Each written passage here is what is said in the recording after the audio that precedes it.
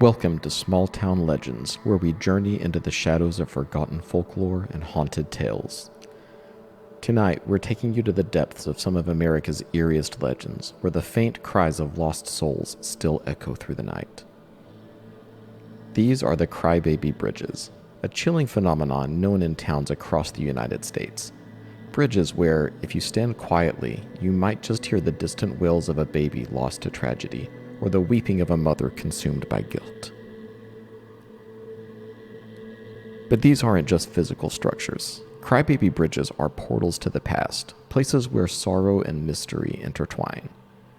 Each one carries its own tale of heartache, whether it's a mother mourning the child she was forced to let go, or the spirits of the innocent lingering long after their tragic fate. Tonight, we'll explore the haunted histories of a few of these bridges, and perhaps you will feel the cold breath of the supernatural as we do. Let's start with the sleepy, winding road in Kentucky, near the border between Jefferson and Oldham counties. It's a quiet place now, just a modern steel and concrete bridge that replaces the old wooden structure, but the silence is deceiving. Once, mothers would bring their sick or deformed babies to this spot, dropping them into the waters below. Babies they didn't want or couldn't care for.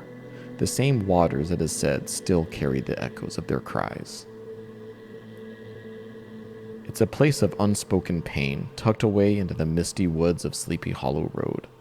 Imagine standing there in the dead of night, the trees closing in around you, the wind rustling through the leaves like whispered secrets.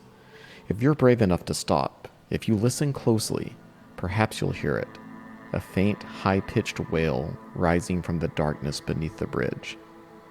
Is it just the wind playing tricks? Or are those the cries of the children, forever lost to the black waters below?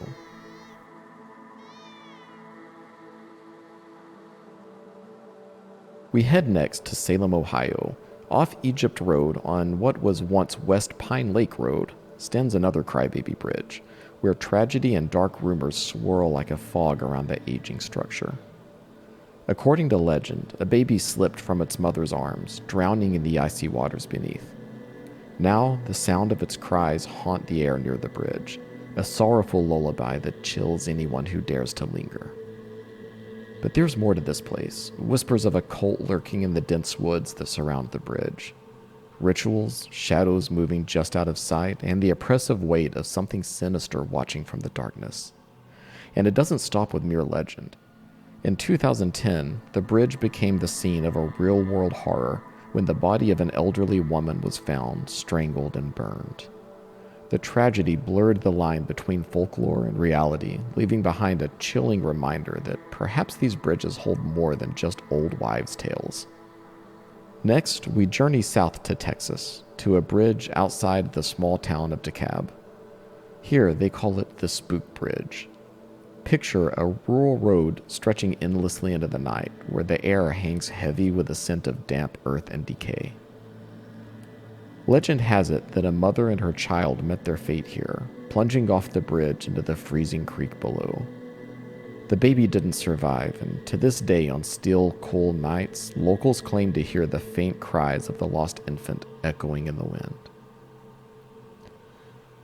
Further south, near Port Neches, another Crybaby bridge bears a name, Sarah Jane.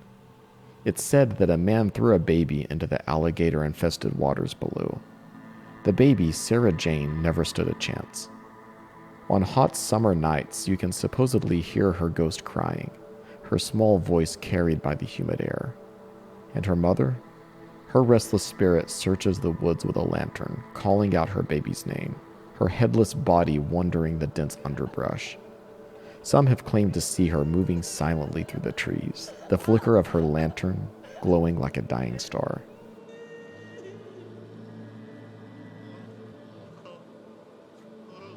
These stories seem unbelievable, the kind of tales we tell to scare each other on dark nights.